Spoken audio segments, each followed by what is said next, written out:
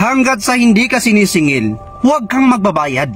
Hindi ka pa naman sinisingil magbabayad ka na. Diba? Igalang mo yung inutangan mo. Irespeto mo. Kung kailan kasi singilin, hindi yung nagpapabida-bida ka. Diba? Hindi ka pa sinisingil, nagbabayad ka na, huwag ganun yung mindset. Antayin mo na singilin ka bago ka magbayad. At kapag siningil ka na, huwag kang magagalit. Huwag kang magagalit. Nagagalit ka daw kapag sinisingil ka. Pangit mo naman ka, banding. Ha? Ang pangit mo naman pautangin. Huwag ka nun. Huwag kang magagalit. Huwag kang tatago. Huwag kang tatakbo. Huwag kang tatakas. Huwag mong ibablock. Huwag mong i-add friend. Huwag mong tatakutin. Huwag mong aawayin yung inutangan mo. Dahil walang kasalanan sa'yo yan. Inutangan mo yan. Babait ang puso niyan. Kaya ka nga nakautang kasi naawa sa'yo. At may damdaming pusong mamon. Kaya ka pinautang. Ngayon, kung magagalit ka, pangit ang ugali mo, kaibigan. Ha? Anong gagawin mo kapag sinisingil ka kung wala ka ng pera? Ganito yan. Harapin mo. Harapin mo ng maayos. Wag yung dala mo ng gulo ka. Wag ganun. Wag mo ipahabol sa aso.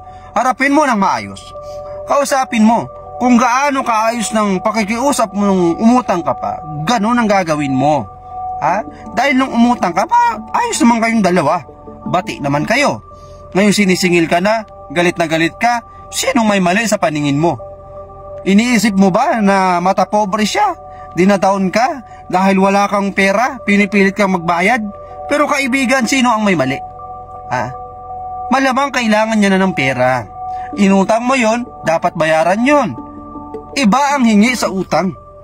Iba kasi yung mindset ng mga Pinoy Pag sinisingil na, kapag kapatid, kaibigan, kamag-anak, kapag sinisingil na, sasama ang loob. Bakit?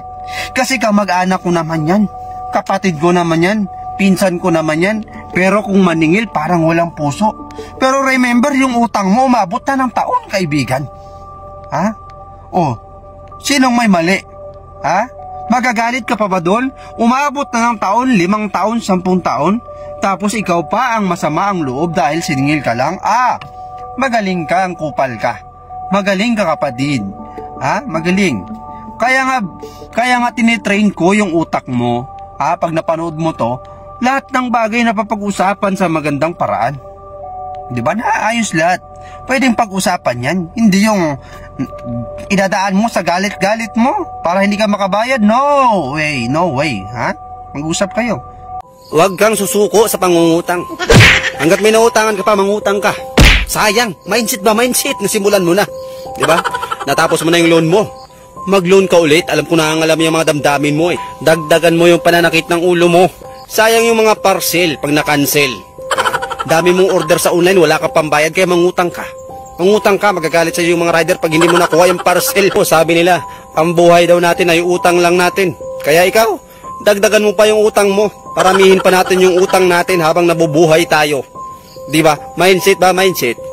Hayaan mo silang maningil. Okay lang yan. Okay lang yan, singilin ka nila. Di ka naman nagbabayad. Magalit sila sa'yo. Huwag mo intindihin. Magalit ka rin. Bakit? Sila lang ba marunong magalit?